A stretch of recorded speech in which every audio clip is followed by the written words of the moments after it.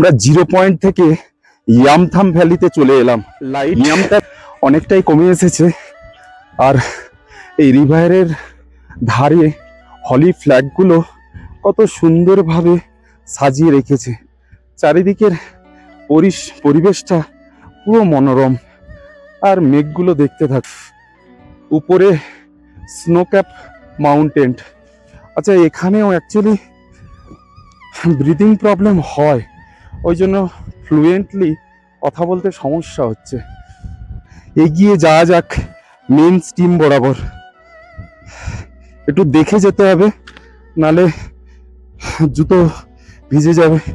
যদিও জুতো ওয়াটারপ্রুফ, ও যাবে, দেখছি, ট্রাই করছি।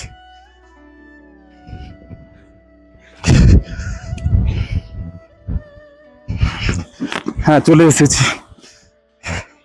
পাহাড়ি নদীগুলোর পাথরের উপর ভর দিয়ে মেন জায়গাতে যাওয়া যায়।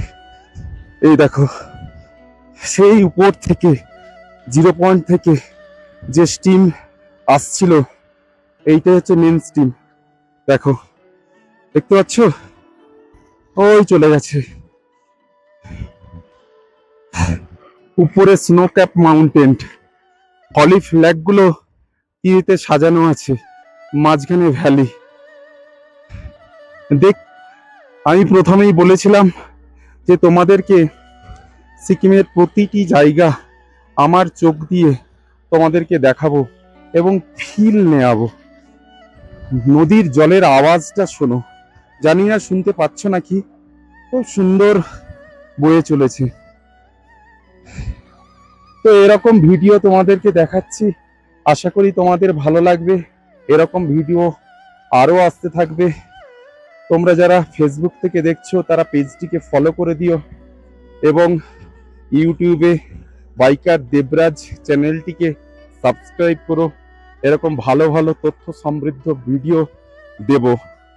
ভিডিওটি যদি ভালো লাগে লাইক করো, আর যদি কিছু জানার ইচ্ছা হয় বা আমাকে বলতে ইচ্ছা হয় তাহলে অবশ্যই কমেন্ট করো।